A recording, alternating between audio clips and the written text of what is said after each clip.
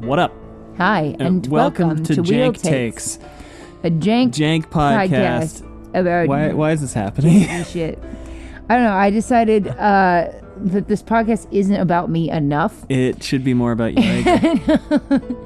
Here, back up a little tiny. We're still getting reaccustomed to using the very sensitive mic, where we have to be like a foot away from it, but not more or less, which is different. Welcome back to Wheel Takes, a podcast that is about the Wheel of Time, a series of fantasy novels written by Robert Jordan and completed by Brandon Sanderson. My name is Gus, and I've read all of them. And I'm Allie, and I know nothing about pregnancy, but neither does Robert Jordan. This podcast only contains spoilers for what Allie's already read, and today that's everything up to and including Knife of Dreams, Chapter 14. Yeah. Which does have a lot of pregnancy Which is the number of babies in Elayne's womb. It seems to be. Yeah. Now, we're going to get into Rand's all that. got that super sperm. But, yes. Twins on the first try. That's how masculine he is. Before we get into all that, we're going to thank 5 more patrons who are amazing. Again, we are catching up. We don't deserve you.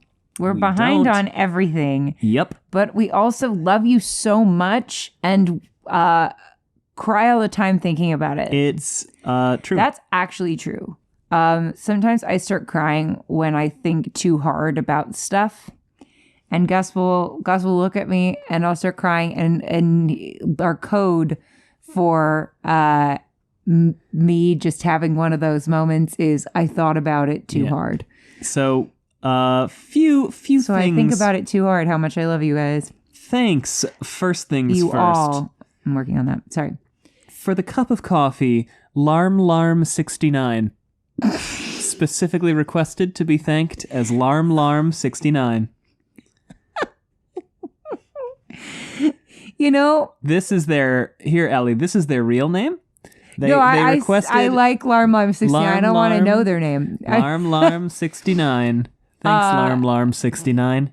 The funniest thing about Larm69's name is that they share the name of a older female relative of mine. Yes. And that is really funny to me. Larm69. I just want Larm69 to write us really deep and in-depth thoughts, because my favorite thing about Reddit is when, like, the sweetest post is made by, like, Bukkake Lover 420. Yes. Like, that is the greatest thing. And I think there's a whole subreddit devoted to that. There is, yes. What's it called again? I will look it up while we're talking. Thank you. Larm69, just like a... I found it. Oh. I'm going to wait to say it until we're done thanking patrons. A clever potato. Ah. Have I done potato? I don't think you have. You've got your eyes on the prize. You go with everything. You're versatile. You are not one to let others fry. You'll come in and save their ass every time. And for that, we thank you. Thanks for being a part of this community. Thanks for the high five, Jody R. Jody R, just like a judicious gumdrop. You are sweet.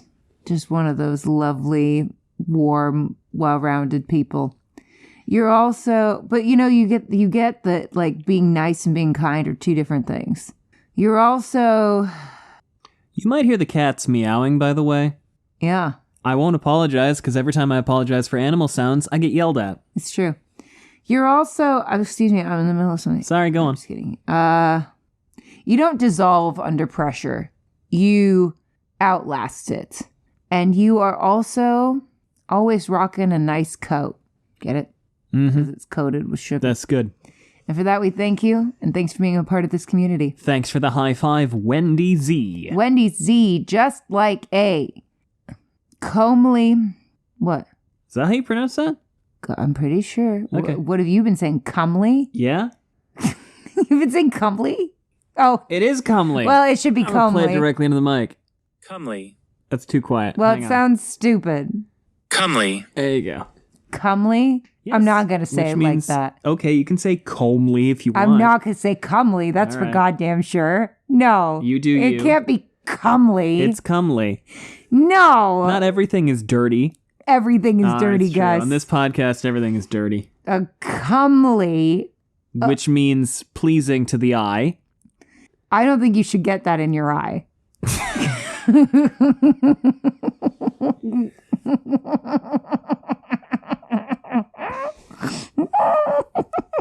Wendy's unpledging. Wendy, no, we love you. I just like a comely, oh my God, a comely crustacean. All right. Yeah. Did you know about lobsters and such that, like, if left alone, they kind of live indefinitely? I did know that. That's fucking cool. Just like that, Wendy the comely, you also are someone who will live forever in our hearts and minds. You are a living legend. And you know that you got to have a little bit of a hard shell. You know, the world can be unkind, but you got a nice little smooshy interior that we just love. And also, once you get your claws into something, you have a really hard time letting go. Like you're dedicated and devoted to whatever craft or passion that you pursue. And for that, we thank you. And thanks for being a part of this community.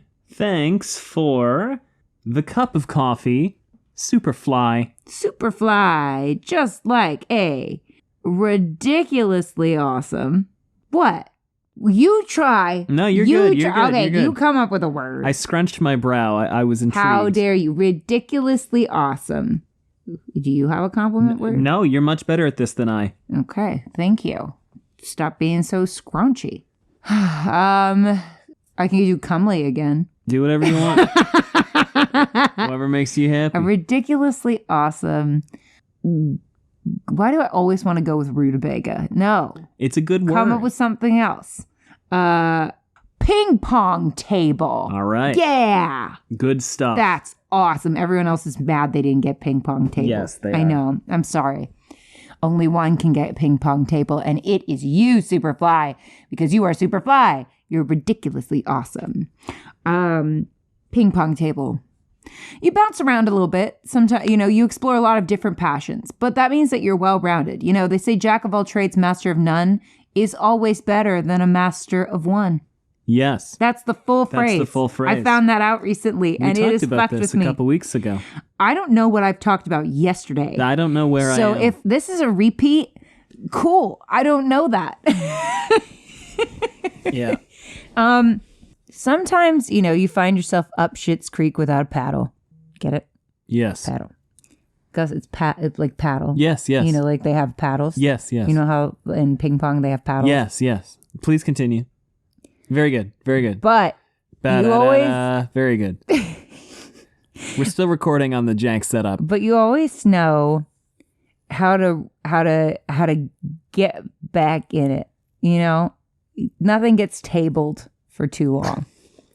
And, when you need a little courage, well, you've always got balls. And for that, we thank you.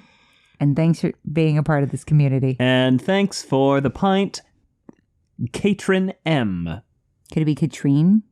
It could be Katrine. But thanks. If I fucked your name up, I apologize. It's comely. What a comely name. I'm going to be saying that this podcast episode better be called Comely. Otherwise, and if people skipped over the patron thanks, then they're going to be lost. A comely episode? A comely episode. It's appropriate that we do that for the episode about pregnancy, but there you go. I thought that was funny. You just rolled your eyes at me. No, I was trying to come up with a joke about comely and pregnancy that didn't make me want to die. Well, I tried and it didn't work. No, you did, and I was trying to piggyback on that, which is why I was like, okay, how can I do this? And then I was like, I don't want to think about if you're going for a pregnancy joke, piggybacking isn't going to get you there. I was looking at the nice. Hey. sorry. I was trying to come up with some kind of pull-out Katrine, joke. I'm sorry. I'm not Katrine. All right. Or Katrin. It's probably Katrine. I'm thinking maybe Katrine, but I don't know. But just like, did I say anything yet? No, we just started making filthy jokes because we apparently don't respect anybody. Shocking thing. Yeah. Just like a deep, and that was not because of comely. It wasn't. I wanted to clarify. Yeah. But now it is. A deep toothbrush. You are cleansing. You are somebody who, when we spend time with you and we just feel like, yeah, I feel renewed. I feel refreshed. I am someone who, can't do anything until I've brushed my teeth because I worry about, as I put it, the buggies.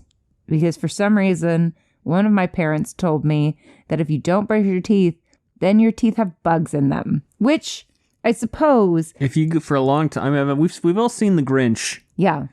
The live action my parents one. told me to brush my teeth because I would get bugs in my teeth, which I think was like a way of explaining to children what germs are. But it stuck. And I think about it every time I wake up. And then I cannot go about my day until I brush my teeth. But just like that, you're mandatory. Mandatory. Because if we have gone too long without Katrine in our lives, we're pissed. We're like, where is Katrine? I need them present stat.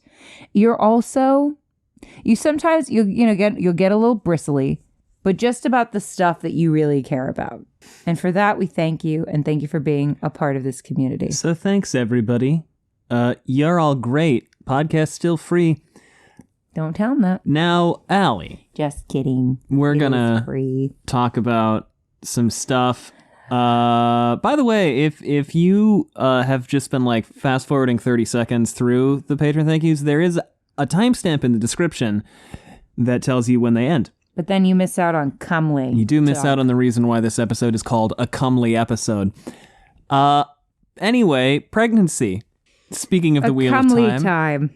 Yeah, as you said, you have never been pregnant, but neither never. has Robert.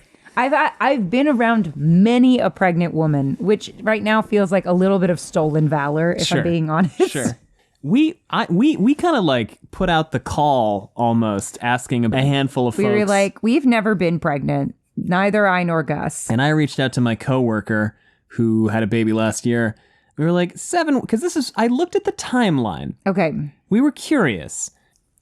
Going by, there's a great Wheel of Time calendar timeline thing that I will link below. Oh, by the way, these twins are going to be a boy and a girl. You think? Definitely. It's always a boy and a girl. I think Min already said that. Even if she hadn't. Sure, you'd know. It's always... When is it ever? It's always in fiction. I know what it never is. It's never two boys. It's never two boys. That's true. It's either two girls or boy girl. We got Romulus and Remus, and that was the last time twin boys were ever written about. Yeah. Ever. Or I guess. So the calendar, that I found online. Just want to make sure I don't lose this. Okay. The calendar online. No, you're okay. Somebody incredible put together, based on phases of the moon and people saying stuff about dates, a detailed calendar of exactly when everything happens. Fun fact, this episode will be coming out on the cleansing day.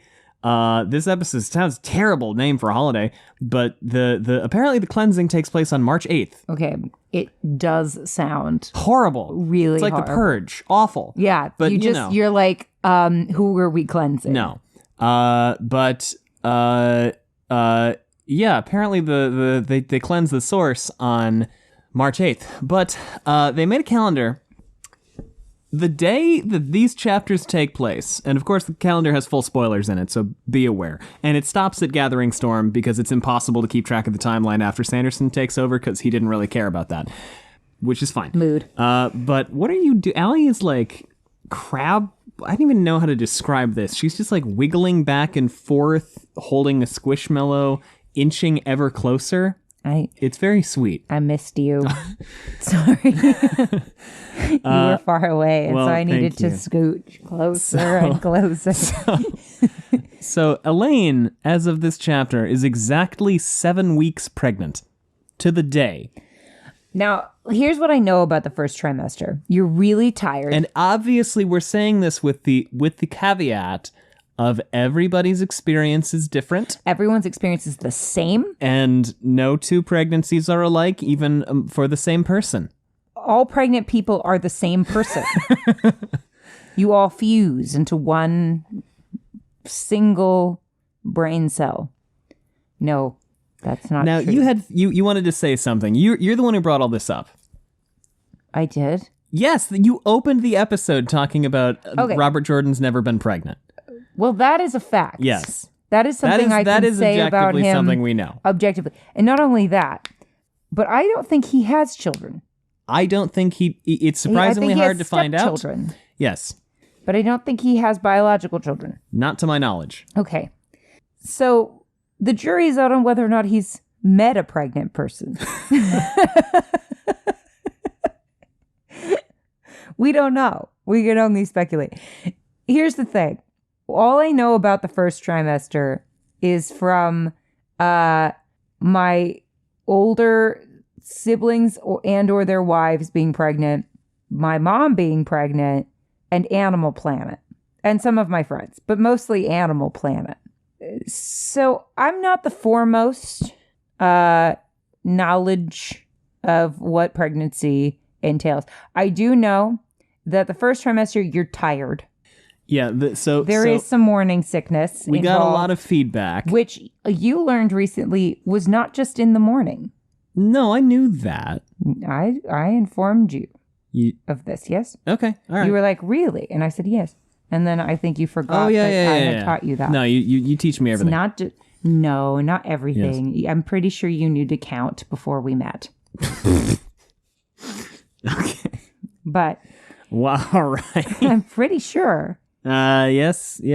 That wasn't me being shady. That was me being nice. All right. Yes. Was that me being shady? I don't know. I think you could read it that way. I know you didn't mean it that way. It was not like it was said with every bit of love. It's very sweet. I was just coming up with something silly to say. Yes. Okay, so the overwhelming thing we got most broadly for 7 weeks to the day was you're fucking tired. Yes, I heard that like it's the most tired you ever are in your life. Yep. I've heard morning sickness is actually all day sickness. And happens at different times for everyone. And some people get this condition that makes them so sick that they like even go to the hospital. That sounds awful. Yeah, they get like so nauseous and vomity and stuff that they have to go to the hospital. It's called something and then a word that starts with a G. I want to say the first word starts with an H. It's not halitosis, which is where my mind phenomenal is. But it's something gravidarum. Phenomenal. Or garvidarum. Something. Yeah. The pregnant people will know. They will tell us. Yeah. So, yeah. I know this because Kate Middleton had it. Oh.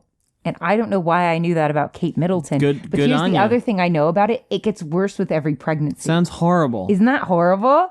So if you have it once, you will get it again the next pregnancy and it will be worse. Terrible. I know. Anyway, so then, so that happens. Other weird shit happens to your body. Pregnancy does all kinds of wild things. There's a woman with a list on TikTok. I did read that you can be having pretty severe mood swings. Yes. You can. This is true. I am surprised that Robert Jordan decided only mood swings and no other symptoms. I have mood swings as a person in general. That's true. But so, and have you met a man? Anyway, that's all we have. I am. So, moody. But anyway, so, just kidding. We love you. But so, what was I going to say? I don't know. You're talking about Robert Jordan, Elayne, mood swings, pregnancy. Okay, so here's the thing. I feel like, you know what? Robert Jordan, he loves his research. Yes. He knows about mood swings, and he was like, I'm going to put mood swings in here. And it's not inaccurate. No. It's not inaccurate. And I do want to go out there and say that. At the same time, as a woman, mood swings being used as kind of not justification for why women shouldn't have power or anything like that.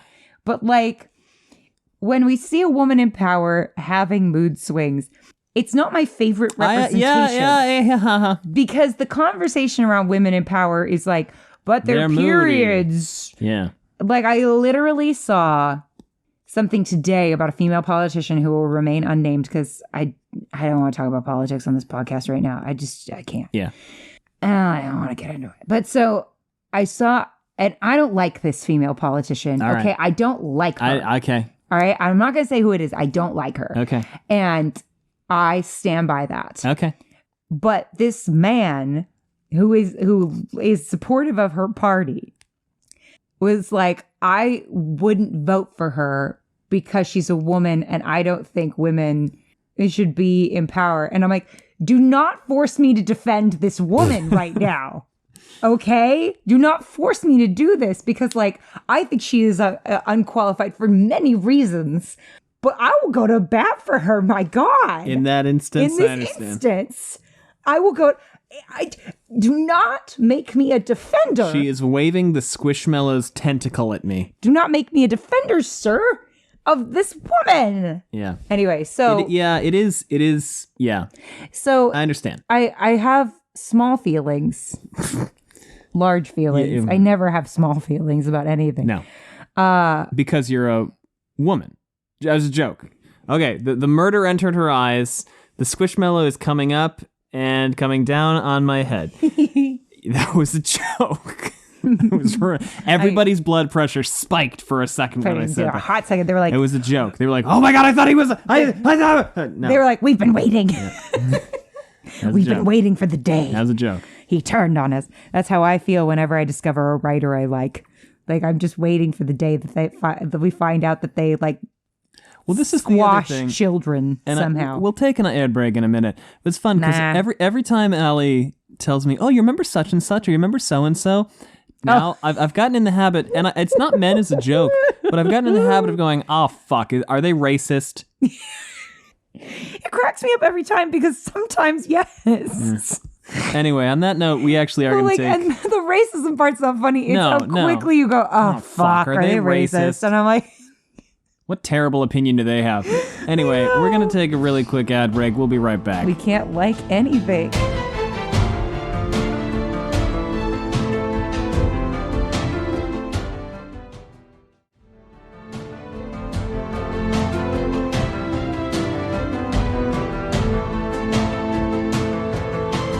Welcome back. People find a way to ruin it. What were we talking? We're talking about people. I mean the racists. Yeah, well, the racists ruin everything. They do.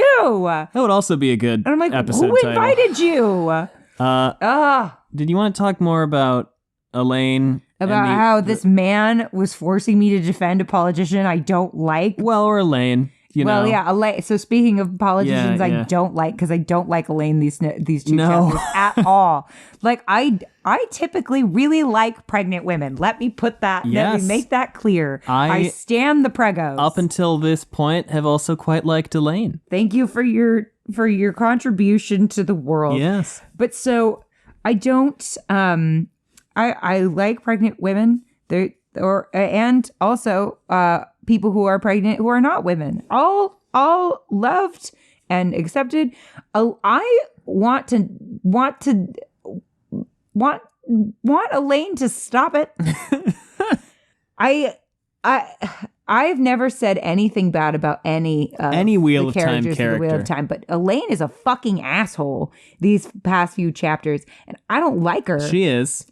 I don't like her, and yet. Robert Jordan's making me feel like I need to defend her and her actions because she's a woman in power. And that's stressful enough. And then she's also pregnant with twins, and by the way. Multiples make everything worse. What is the text chalking her moodiness up to? The pregnancy. Yeah. Which, okay, partially, yes. Yeah. But also, she's under a lot of stress. Yes.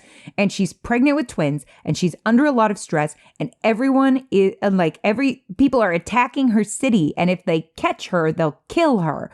So, like, all of that is and very at the same stressful. time, At the same time, she's being a fucking asshole. And everybody is treating her like I am actually, listen, Elayne frustrates They're treating her like she's crazy. And Yes, you know, yes. when people treat me like I'm crazy, yes. that is, I will become crazy. That's what I'm saying. What I'm saying is Elayne there's a lot of what Elayne does in these chapters that frustrates me. Yes. At the same time, people are treating her like she has glass bones, paper skin, and is highly irrational. Because here's the thing. But I have mood swings, but I am very rational. Right. The things that I feel, as you've heard, I have big emotions, but those emotions are all valid. Yeah. Like I express them very outwardly because I am a fun person to be around. Anyway, But whatever. then the text also treats her like she's irrational. And that's the thing. There's like so many weird layers to that, because she's being an ass. Can you give us some examples of how she's being an ass? Well, she wanted to burn the poor part of the city, and was like, "Dang, people live there though. Fuck you." I actually have thoughts about that. Somebody comes to her and goes like, "My friend died," and she's like, "Well, I hope that doesn't make you regret fighting for me." Oh, that, yeah. Fuck you very much. She's a dick to Birgitte for no reason. Those are the big ones. Yeah. Like, she's showing Perrin level empathy lately. And listen, gaslight, gatekeep, girl boss, but at the same time, you're supposed to be a good person. So, like, act right. Now, it's interesting because these are not things that I found myself terribly frustrated with Elayne over. You didn't find it frustrating that somebody came to her and was like, "I just watched my friend get shot in the neck," and she was like, "Well, that sucks. That wasn't exactly what happened. You better not regret fighting for me, though." I thought that was kind of shitty. Exactly what happened. Well, but there were weird layers to it that like tie into how pissed she is that she has to hire mercenaries, you know? And that she was worried the mercenaries are going to turn on her because Aramilla keeps trying to bribe the I agree with you. I feel like the mercenaries know what shitty, they signed up for. But I also feel like the tough thing about this conflict is that it's just like... You know what would make me turn on my boss? That? Yeah, okay, yeah. What I get pissed off with Elayne about... I feel bad just like launching into... We launch into everybody else slander. Who cares? We're equal opportunity slanderers on this podcast. Yeah. I don't care if you're pregnant. Which is why it's always funny to me when people are like, well, but if you're gonna say that about, you know, if you're gonna say the Seanchan are bad, you know, the Aiel also sell people into slavery. And we're like, we know. Yeah, that's also bad. We talk about that a lot too. We also dislike that. Anyway, Elayne spends... The Seanchan are just a lot louder about it. And listen... The Seanchan are a lot louder about it, and we hear about it a lot more often. Yeah. The Aiel is mentioned in chapters. passing, and it's only once in a while. And the text valorizes them in every other way, which we've talked about. Anyway. It's not great. No. We don't like it. No. Elayne starts doing this thing that I like to call metagaming at this point. Okay, I don't like this either. And now that bugs the shit out of me. You hate metagaming. I fucking hate metagaming. Gus won't let me post the Grinwell Cup rounds in order. They're being posted year. out of order because you fuckers out there love you 90 voters out there will strategically look at it and go, okay, well, if 90 was in this category, which means that whoever wins this category is going to go up against her. So we need to vote, we need to pile, and I hate that shit. And if there's one thing Gus hates, it's not, bad politicking or wanting to burn the poor.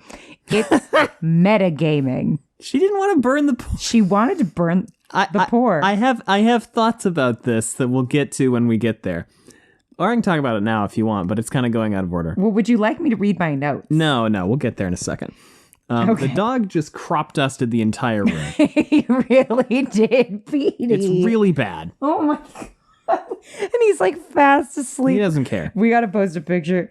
Of what he looks like post crop dusting because it's the most satisfied little He looks very happy. Okay. I got the picture. So I guess we should do your notes before we just start talking about... Before we just start shit talking. Yeah, we'll get there. We'll get there. Listen, she's managed to survive this long. I don't think we've ever shit talked. Oh, no. That one time where she was a shithead to Matt Coffin. Where she victim blamed and slut shamed Matt? Yes. Yeah, that one happened. So again, another shocking lack of empathy. Everybody gets their one. Every Wheel of Time character No, gets... I believe I threatened to fight her. No, you did. I know. I'm just saying, like, every Wheel of Time character gets their one hellacious activity that we just go, and we're going to pretend it didn't happen. That was her one.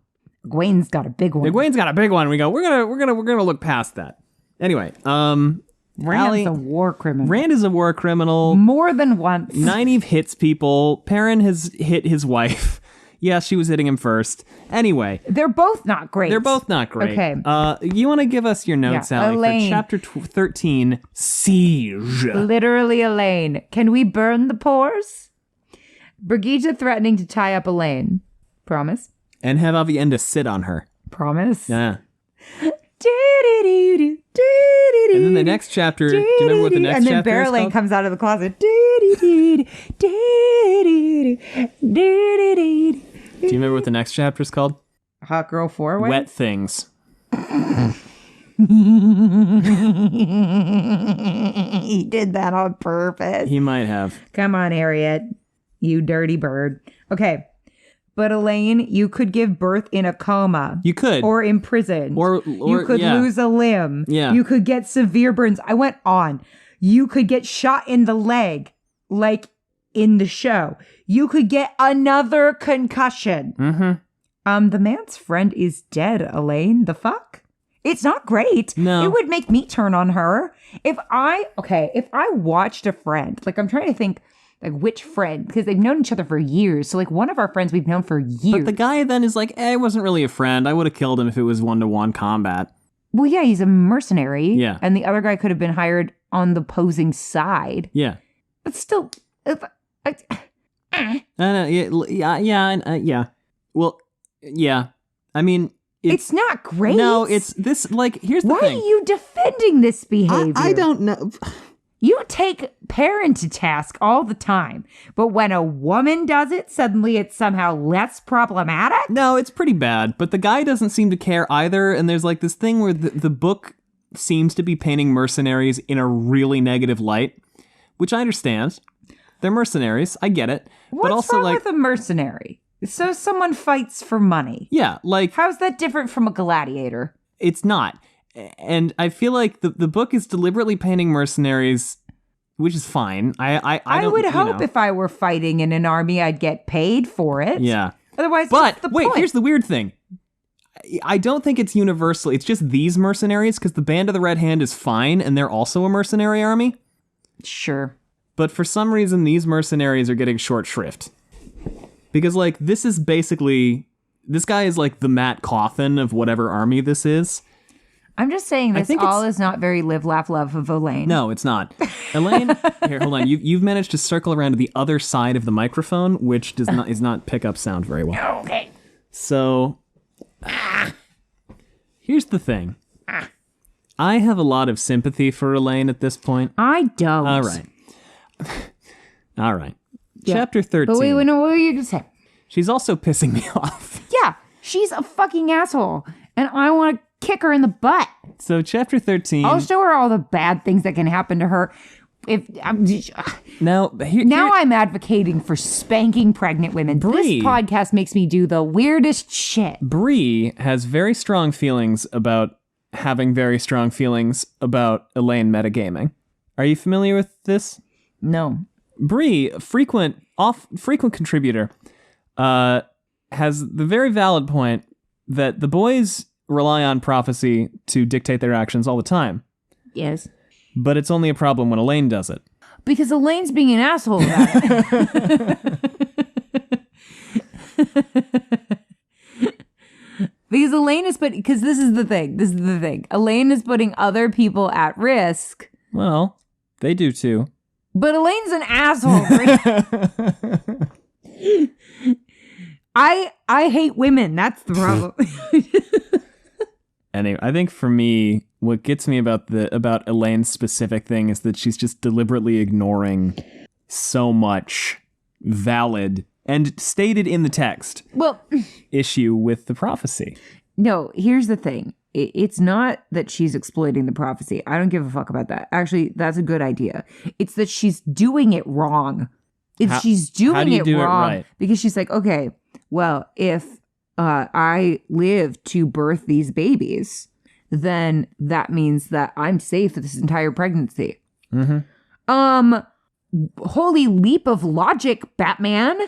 Yeah, Dumbass. There are holes that you could drive a truck through. It's not that she's using prophecy. It's that she's a dumbass. And I get frustrated when people are dumbasses. I have been frustrated, and that has been consistent about me. True. That has been consistent from day one. Matt taking that dagger was a dumbass fucking move. Did it work out for him? Sure. It was still fucking stupid. So he's an idiot. Ran with Calendar. Fucking dumb. Moiraine's gonna come back to life and then kill herself because he's fucked up so bad. And then Jesus, who else? Okay, we got those two. Perrin almost freezing to death for no reason. Oh, dumbass. Chapter 13 is called Siege, and it starts with a siege because Tar-Valon, Camelin is now under siege. Sounds boring. Yes, but instead of a typical siege, I would give up the minute that my grocery store ran out of pirates' booty. I know. There's I am really glad to be living in the time and circumstances I'm living in right now. I can't handle sending an email. They're trying to. Aramil has sent men in to try to climb the walls and get Elayne. But what's their tactic for repulsing the sieges? The not sieges, whatever the attacks. They say seizures, no sieging. That's right. They use the kin to determine where they're going to be, and then they gateway there. Oh, and then they fight them off. How do the kin know? Oh, I don't remember. They got some kind of ability, a talent. No, they scout to see where people are coming. So they don't have to man the entire perimeter of the wall. They have the kin scout, and then they open gateways to... But how do they scout? Gatewaying around? They have watchmen. They have a handful of watchmen on the walls. Uh-huh. They signal the kin. The kin then make gateways to that spot, and then they send soldiers. Because, what's Elayne's primary issue right now? People. Insufficient manpower. Yeah. They don't have enough people. So they can't man the entire wall. So they just have watchmen keep an eye out for incoming attacks, and then they signal the kin, and then they send soldiers to that spot. That's smart. It's very smart. And Elayne is also there and watching, and Birgitte is you really shouldn't do that. Okay, imagine though, you're sieging a place, and you think this is fucking Tudor England, okay? So they're outnumbered, they're fucked. Then someone fucking teleports. A hole opens and men just come pouring out. Shit. You would shit your pants. Yeah. Oh my God. I just imagining I'm a little soldier in Tudor England scaling a little wall. Oh, and then all of a sudden someone with little ladders, and then all of a sudden a teleport opens and a fuckload of guys come out. Holy moly bagoli. I would just die right there. Probably would. Probably. Yeah. But more of a heart attack. Yeah. That would scare the bejesus out of a person. Elayne keeps going along, and Birgitte is pissed. But again, it was also tradition for the queen to go into battle, so I get it. While I don't know why. I have lots of questions. I don't know why I'm defending Elayne so much when these chapters drive me so fucking nuts. Either. I guess I've decided to be contrary. I think partially it's to be contrary, and partially it's because it's the same effect, where it's somebody talked shit about a woman, and you're well, then we've got the sisterhood requires.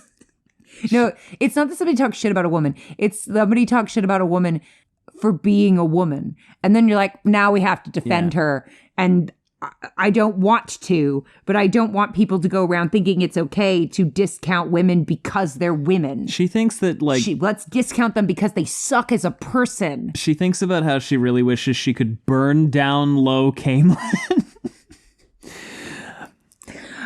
I don't think that is an intrusive thought. That is chill. Now, here's the thing about this. I say things about intrusive thoughts a lot and how it's like, it's not your first thought, it's your second thought. Blah, blah, blah. She doesn't really have a second thought, though. She's like, I wish I could burn the fucking lower, like the place with the pores.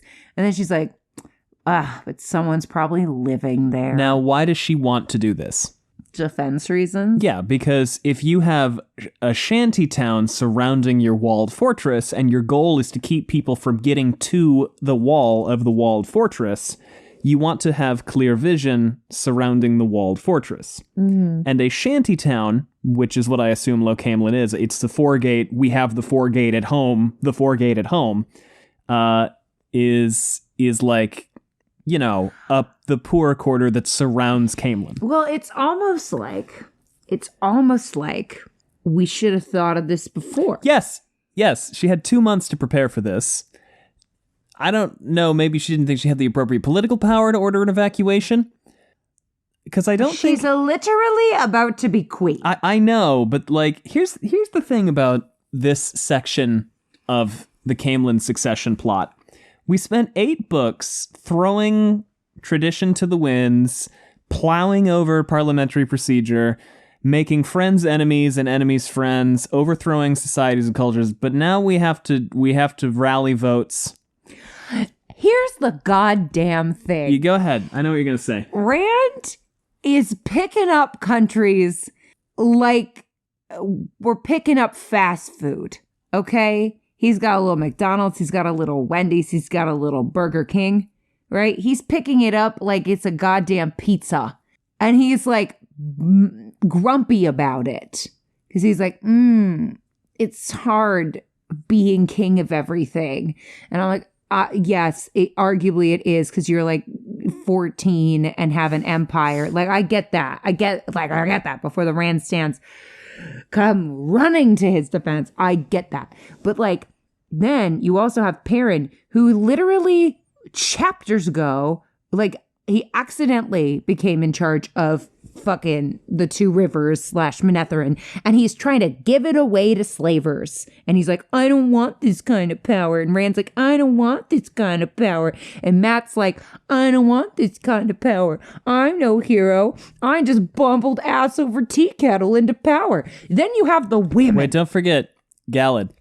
Oh, and Galad. Oh, I guess we'll just play a little stabby stab with this guy. Oh, oops, I'm Lord Captain Commander. And then you have the women. Elayne can barely get any respect in these chapters. She is clawing her way to the top. Egwene can barely get any respect in her chapters. She is clawing her way to the top. Nynaeve started out with power and no respect. Yeah. But it's a matriarchy, Gus.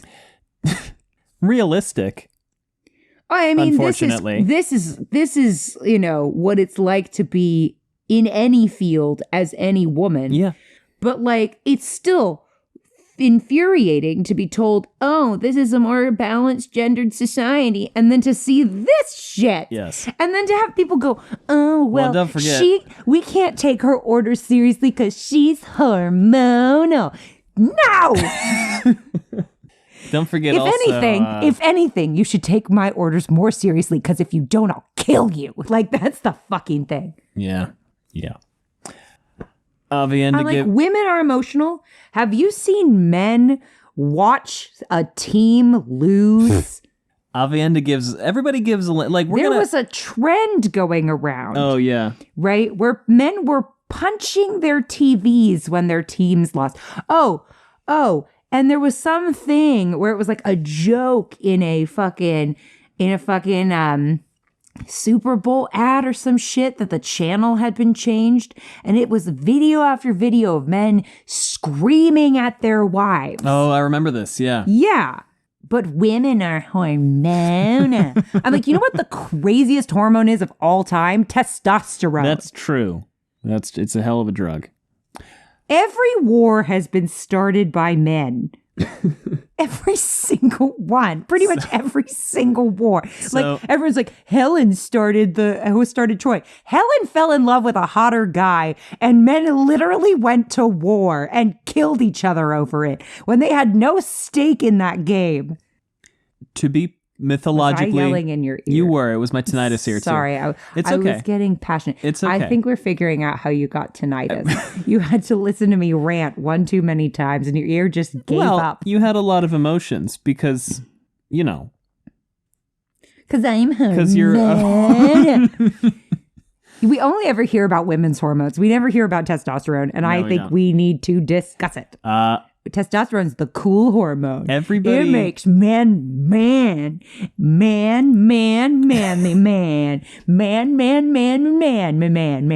Who's gonna be in charge? The man. Man. Like, I hate men. No, I don't. No, you don't. No, I don't. No, you don't. You're just frustrated because the patriarchy. You're just frustrated because these entire 2 chapters were just women and their hormones. We all know it. Silly women and their hormones. And this is why I hate pregnancy plot lines in literally everything, because it just becomes about like women and their hormones and their puking. And aren't they so inconvenient? No puking. Just hormones. Yet. Yeah. Oh, no, but there is. Women can't eat this because they're women and they're giving birth. You can't be in the rain. If someone tried to tell me that all I could have was like soup while I was pregnant, I would beat them to death with a sock. I just keep hitting. We're going to take a quick ad break.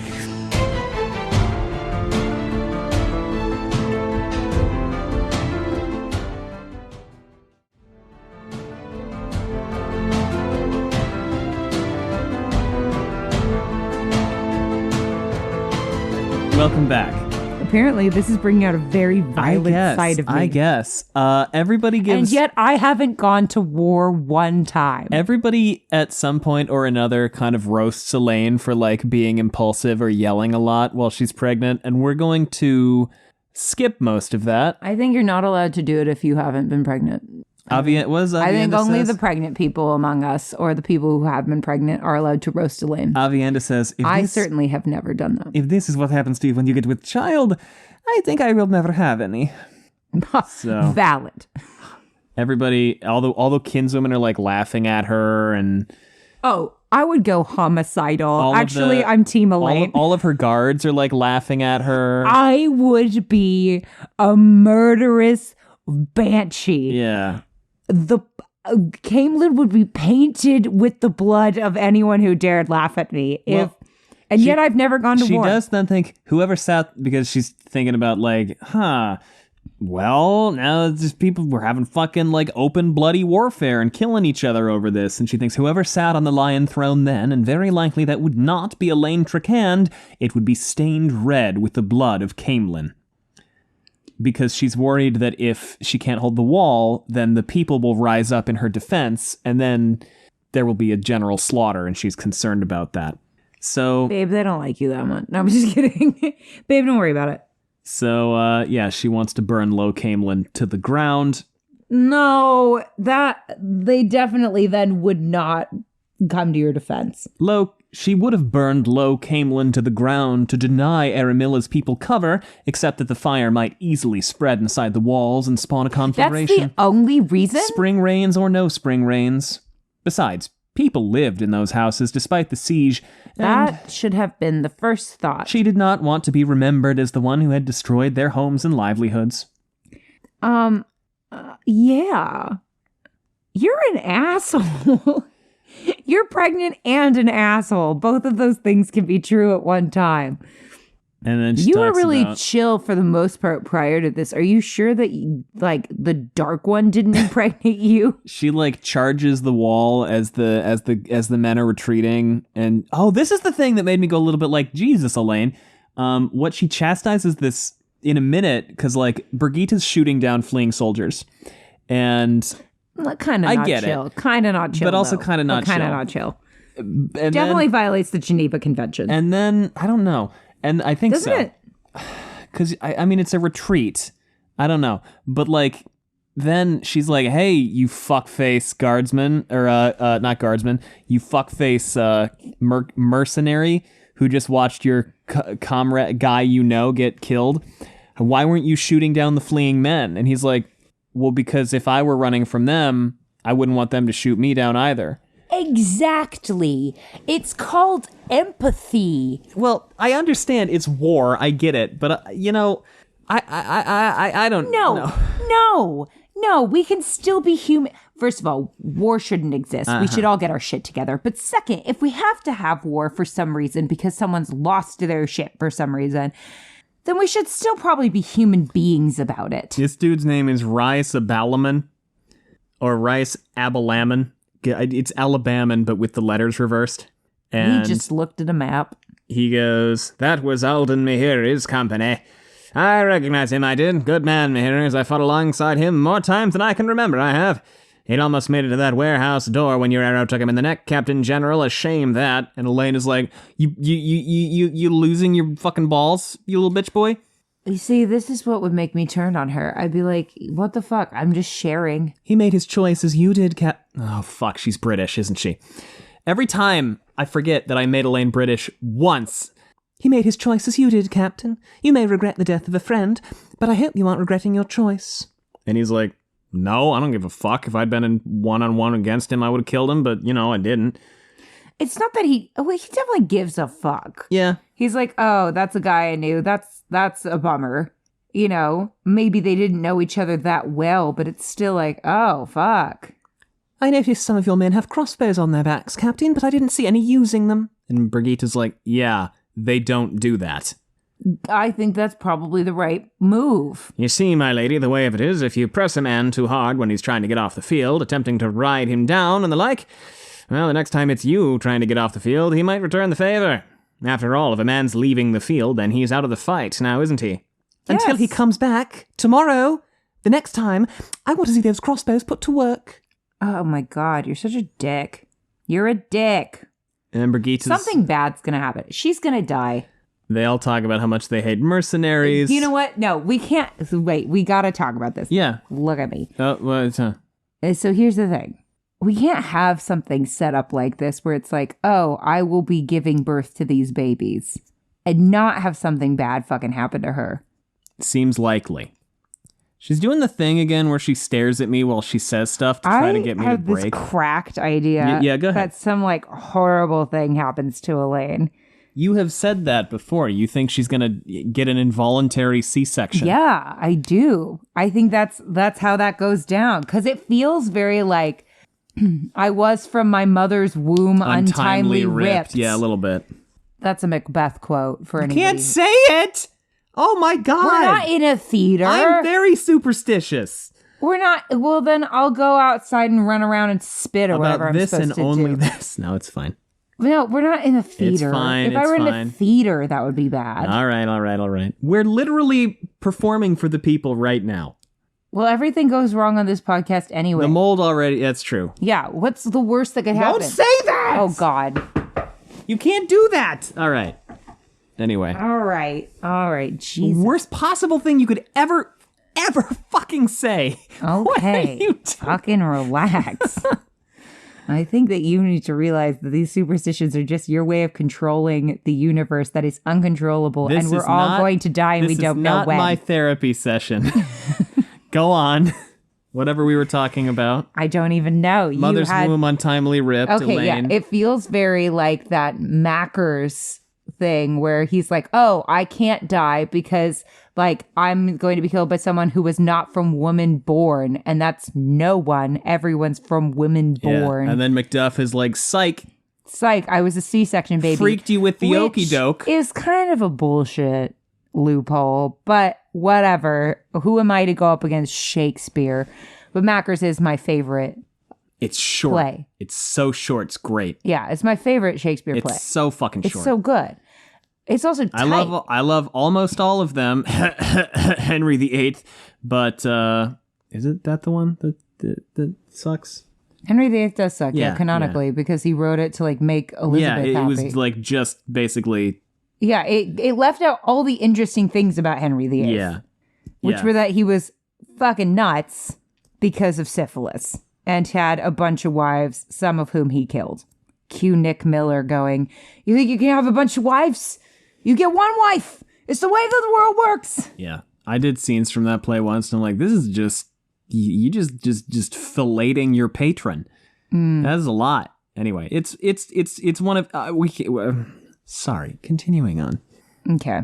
She's bugging me. Yeah. So. Yeah, no, I think that she might get one of those. It might be a really awful thing. And then Rand will be fucked up about it. Well, they are bonded. Yeah, but he can't get there in time. No, I'm saying dramatic. If she dies. Oh, yeah, no. He'll have a bad time. Well, yeah, because something like that's got to happen. Oh, my God, if he loses 2 people he's bonded to, because I think Alana's You think Alana's out too, yeah. We get a lot of emphasis on how is that a repeat beat, though? We get a lot of emphasis on how they don't have enough manpower, and then suddenly there's like bad weather, like suddenly really terrible weather over the inner city. Oh yeah, Elayne can't grasp Saidar anymore. How about that?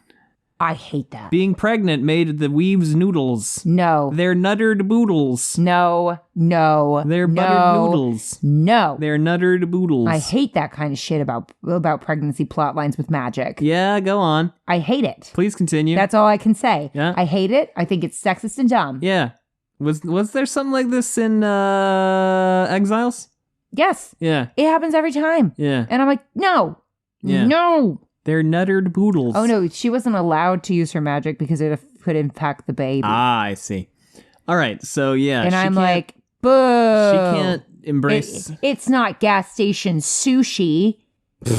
She can't embrace Saidar anymore, so she has Avienda get rid of the rain. And then everyone's like, oh my God, you got a little bit wet. We can't have you out in anything remotely. You got to be swaddled in a blanket forever. And she's like, I hate all of you and this. You know what? If I couldn't use my magic, right, which we've established is like being cut off from a very important drug. Yeah. Cold turkey. And I was under siege. And my mother was probably recently dead. Just think on that one. And this is part of why I give her a little bit of a pass on being and my baby daddy an will ass. also probably die. Yeah. That's a lot of stress. And then everyone goes, you're hormonal. I would get really stabby really fast. So they portal back to Justice for Elayne. The castle. Even though she's an asshole. She's our asshole. And there's a dude, there's like a guard guy there, and she's like, hey, who the fuck are you? How can I show you no empathy today? Who is this? Who is this man? And there's like a column of men coming through a gateway past this dude. And she's That's like, concerning. who the fuck what is going on? Because why are there men showing up? To give her an involuntary C-section? No. There are men showing up because she's had the kin like scouting for members of the Queen's Guard who were dismissed, or like who might be out and about. Mm-hmm. And they found this dude. Oh, it's the Rohirrim. Yeah, kind of. Suddenly in chapter 13. We found Elayne or whatever his name is. Eomer? Yeah. Yeah, kind of that. Hotman. So there's this dude, and she goes, My goodness. The lights shine on you, Lieutenant. Your name? Eomer. How many did you bring and from where? The Rohirrim. And this dude, the young man, goes, Charlz Guybon, my queen, he replied, sinking to one knee and pressing a gauntleted fist to the flagstones. Captain Kindlin and Erangil gave me permission to try reaching Camelin. That was after we had learned Lady Nairn and the others had escaped. Oh my God. I want them to cast, what's his face? The guy who played Eomer as something. As Charlz Guybon? Yeah. All right. Unless he sucks. And, well, here's does Charlz Guybon feel like an out-of-place name? Yes. Charlz Guybon, when I read it, I went, that's weird by Robert Jordan standards.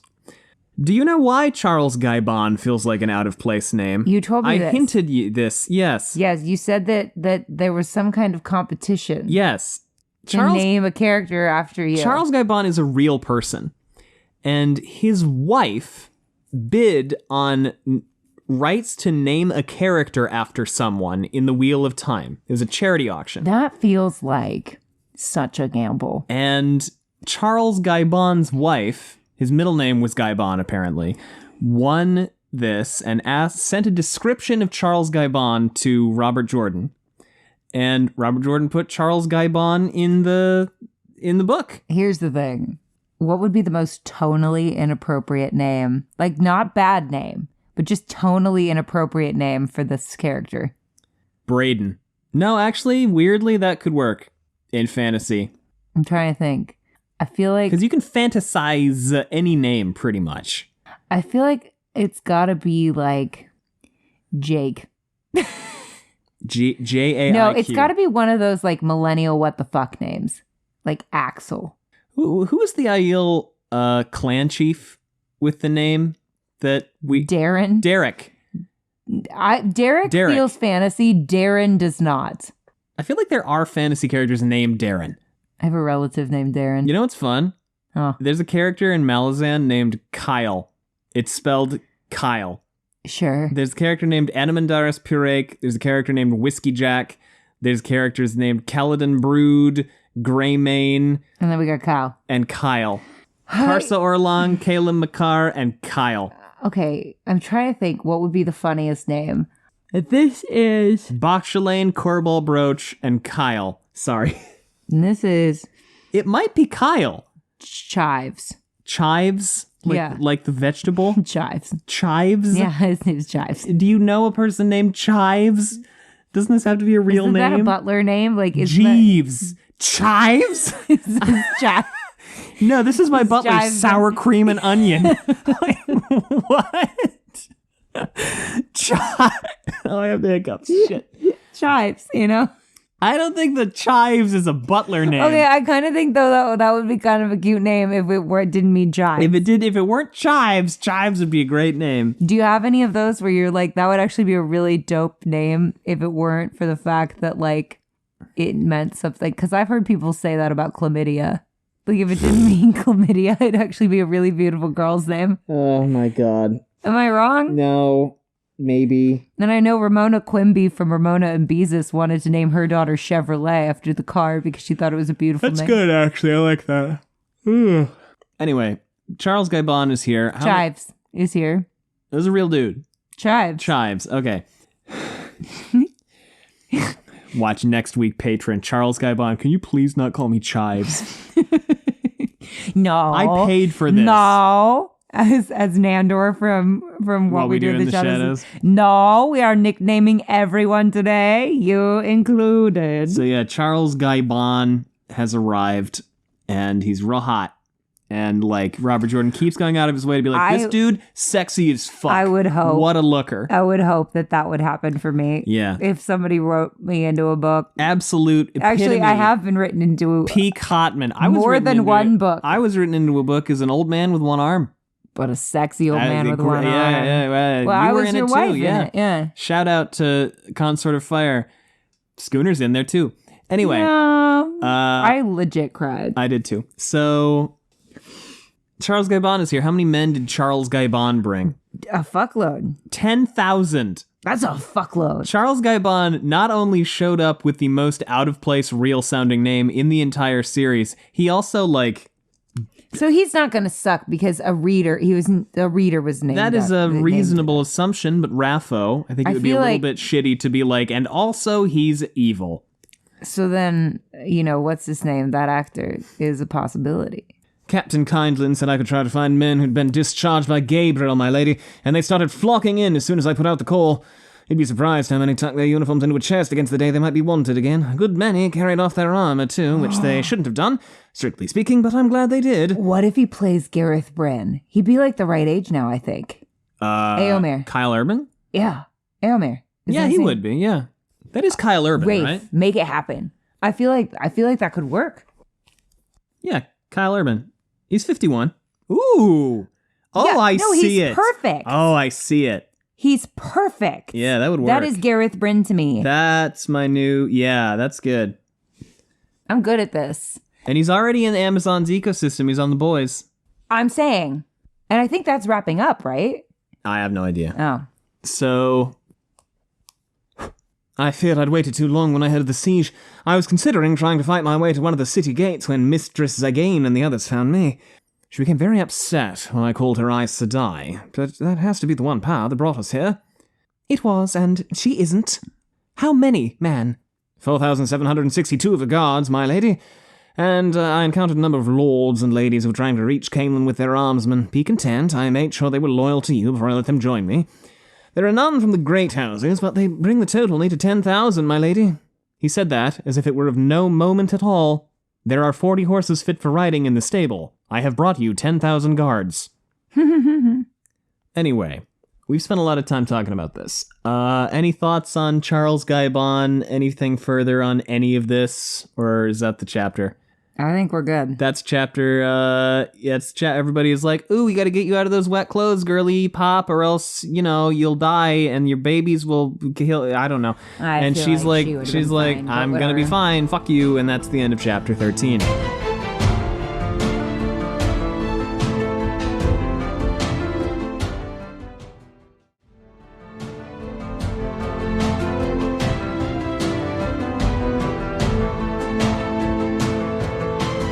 Chapter 14 is called Wet Things. Wait, how did she get all wet again? It was raining, and then Aviendha dispersed the rain, and it rained a little bit everywhere.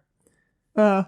And that's like the running thing for these two chapters. I assume Elayne's got wet clothes. I assume that the rain was a bubble of evil, because suddenly there was a horrific lightning storm right above the castle. Sure. Not at all ominous. No. Chapter 14, Allie, is called Wet Things. That's the logo. What is it? I know. What's the logo? It is the Seafolk. Seafolk. God love them. Do you have notes for Wet Things? Mm-hmm. Glory was always bought it with blood. Have you ever made a really good sandwich? She was wet. Hit. The dog is snoring. Okay, so the name Aramilla, and I may have said this before, sounds like Amaryllis from The Music Man, and I can't unsee that. Yeah. She's marching into that city like 76 trombones led the big parade, and 110 cornets led the way. I was in that once. Let Hugh Jackman star in more musicals. That's all he wants to do. He doesn't want to be jacked. We all know it. He just wants to wear a cardigan. There are more reasons to hate the Sean Chan than I can count. That's what Elayne said. I said, Thank you. You're back in my good books. Now tell your baby daddy that, please. I'm so annoyed on Elaine's behalf that what she decides isn't taken seriously because she's pregnant. Yes. It's so fucking annoying. And I do appreciate very much that the book is like, and that's stupid. It is stupid. Anyway. Oh my God, what? Vandene is wearing her dead sister's clothes? Yeah. No. Yeah. No. There's something really haunted about that. A little bit. First of all, I couldn't fit in my sister's clothes because she's the size of a chihuahua. But at the same time, a very different person, yes. We're very different sized people. She's all of 5 foot nothing, and I am a giantess. So not really. I'm above average. I think my favorite thing is people who have only seen us on YouTube think that you're like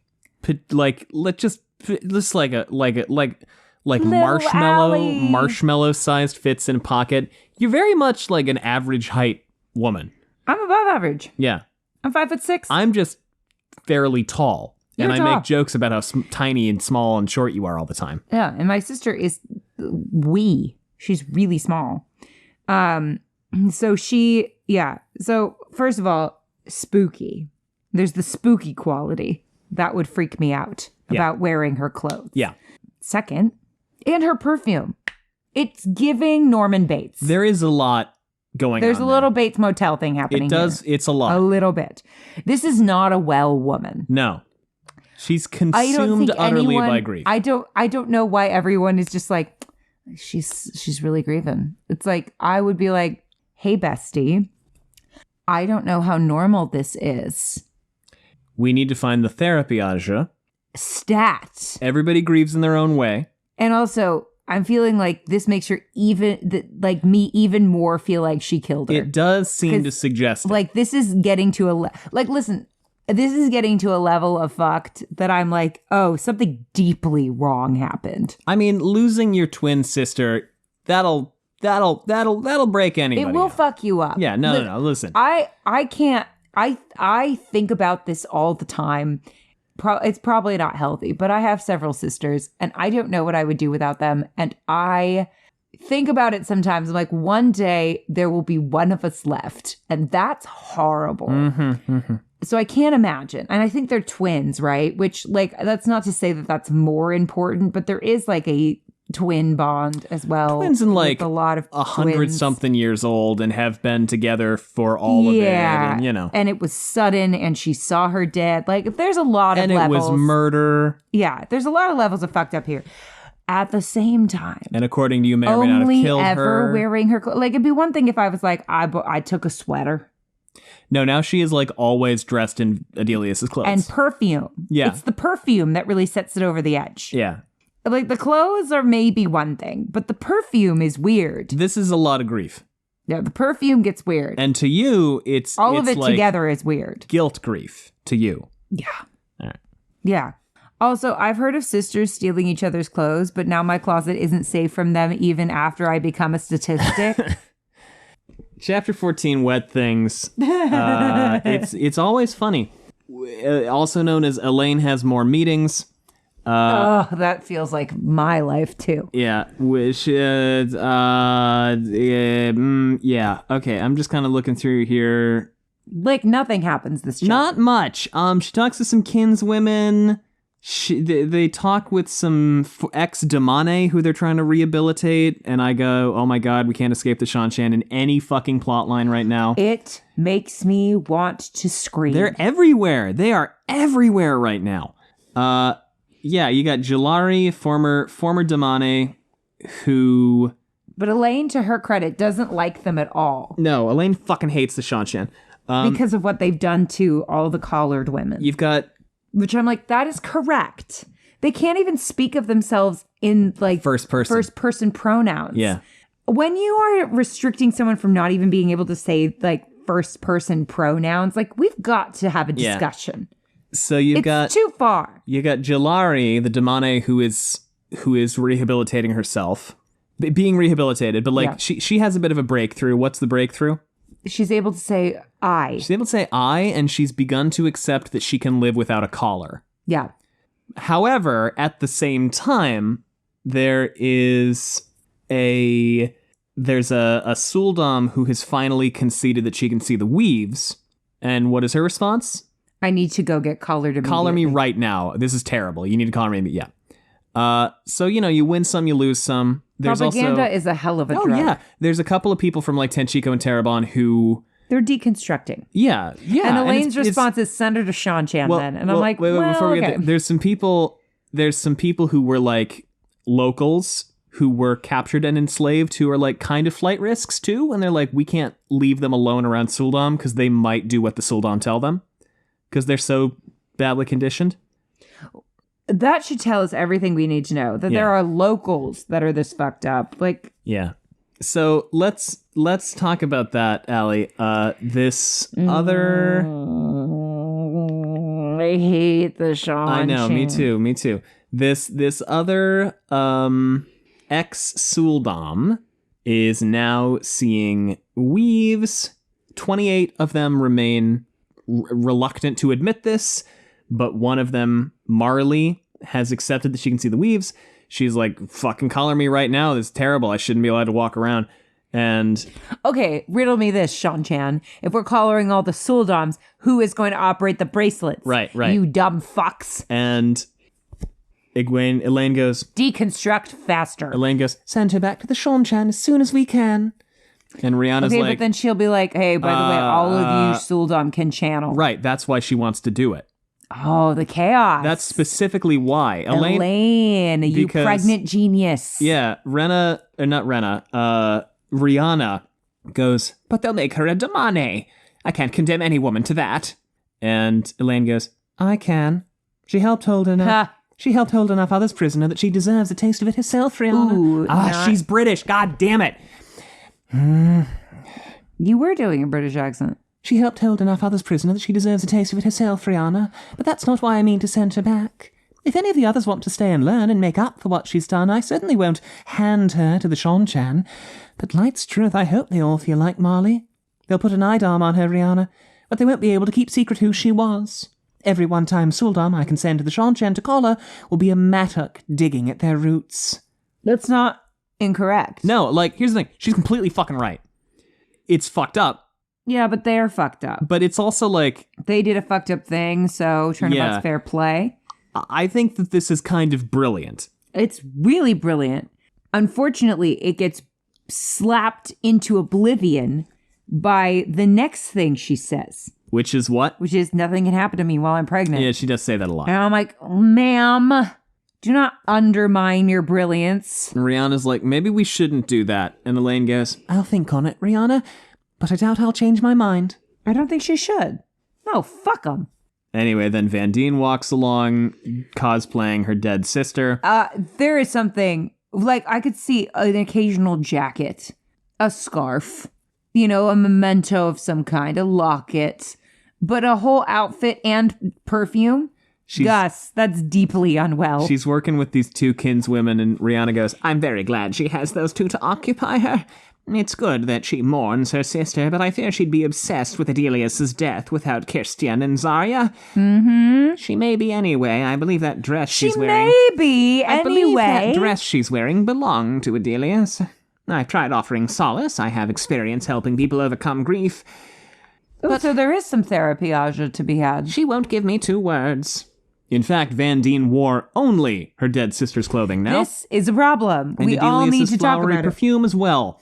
This is bad. At times, Elayne thought Vandene was trying to become Adelius, to offer herself up in order to bring her sister back to life. To make another McBee reference, will these hands ever become clean? Ah.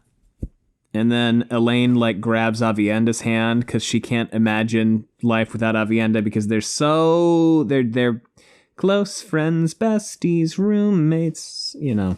Anything but lovers. Yeah. History hates lovers.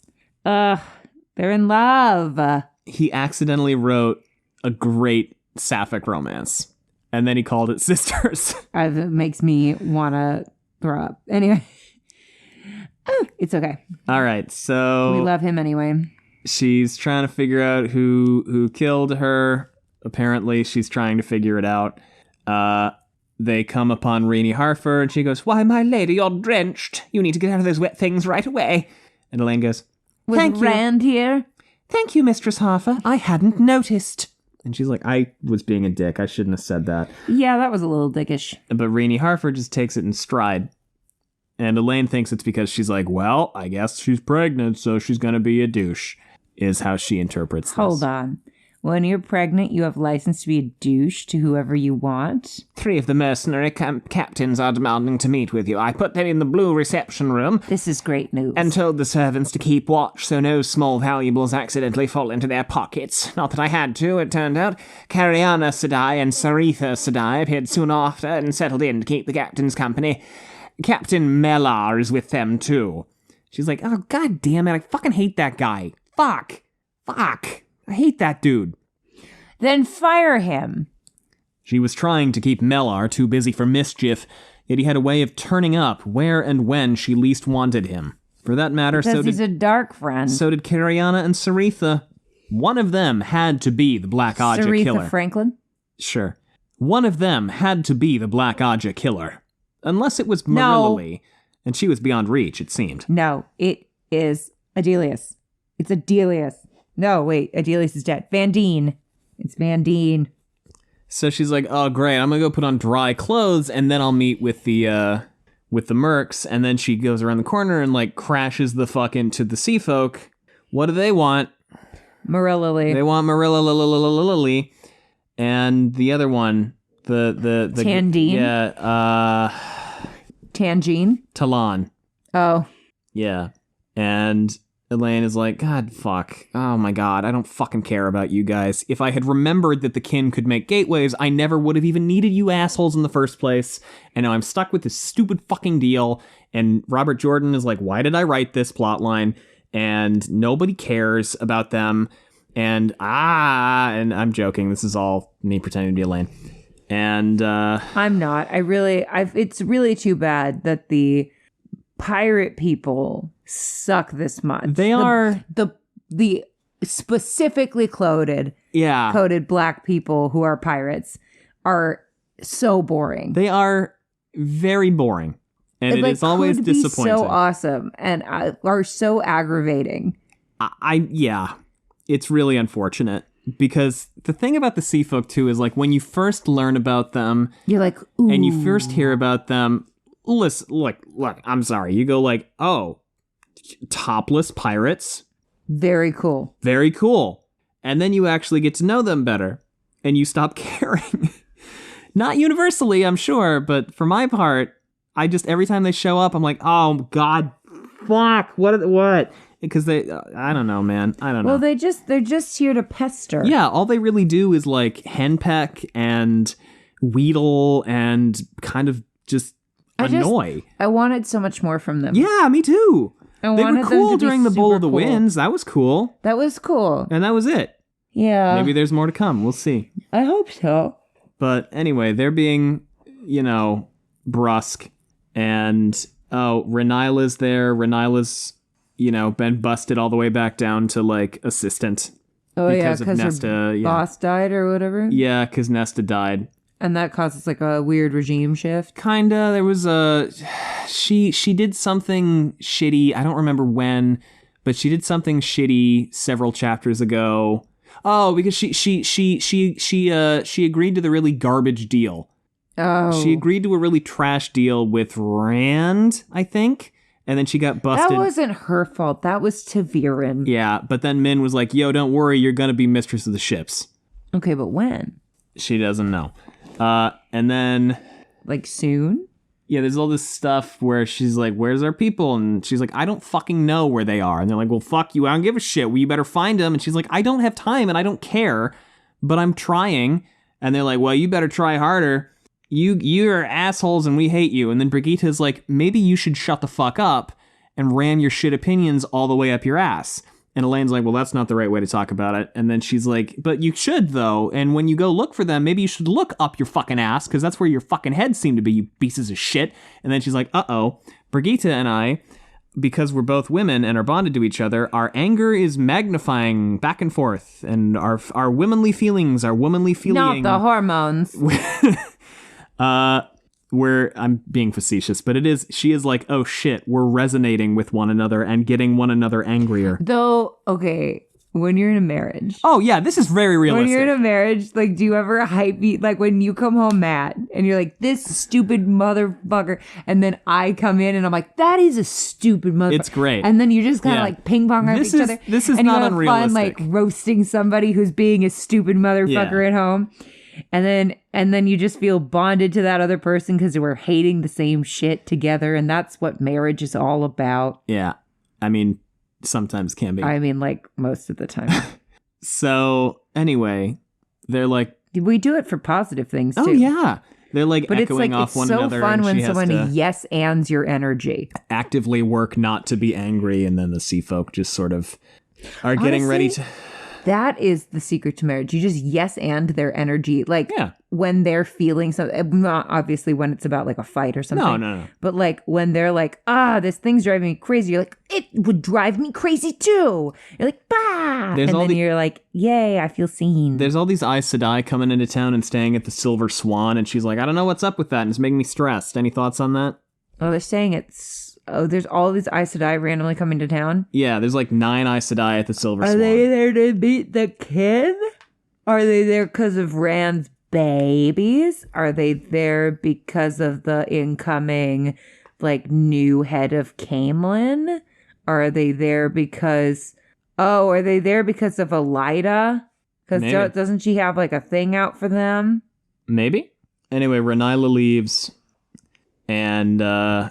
Chanel is still there, and Chanel goes, hey, aren't you pregnant? You should dry off. Oh my god. Elayne threw back her head and screamed as loudly as she could. Okay, this is relatable. I love this. Because I have wanted to do that so many times in my life. A howl of pure outrage and fury. She screamed until her lungs were empty, leaving her panting. And then Avienda starts laughing. And Chanel goes, "Anyway, like you said, I'm going to go get that beef you asked me to get. I'm going to focus on doing the thing you told me to do. I'm going to go do that. Goodbye." And leaves, which is hilarious. And I'm Team Elayne in this moment. Yes and no. I am at the screaming part. Yeah. But I am not at the I can't die part. Yes. Now, I'm not going to call this episode the Elayne Slander Hour because I don't think she deserves it. But I mean, she deserves it. But also, I don't like the way that society is treating her. That's the tricky part, yes. Yeah. She's already getting slandered in the text. We can also slander her. We don't kick people while they're down. I mean, we have been. And we've been kicking her this entire episode. Also, when have I ever said anything negative about any of the character in the Wheel of Time? Allie, that's the end of Chapter 14. Any more thoughts on any of this? No, not really. I feel like we covered it. Thanks for listening, everyone. We have This has been episode 202 of Wheel Takes book coverage. Oh my god! We have social media if you want to know what we've got going on. It's linked down below. We also have a Patreon if you want to know. If you want to support us that way, it's patreon.com/wheeltakes. And you can always leave us a rating or a review, which helps a lot. Also, Other the than that, Grinwell Cup is happening on Twitter. There have been upsets. There have been. And the subreddit that I mentioned in the fucking patron thank yous is called Rimjob Steve. How comely of them. Yes. Other than that, anything else, Sally? The Grinwell Cup is where we vote on the most comely character in the Wheel of Time. It's true. And this was such a comely episode. Thanks for listening, everyone. Bye. Bye.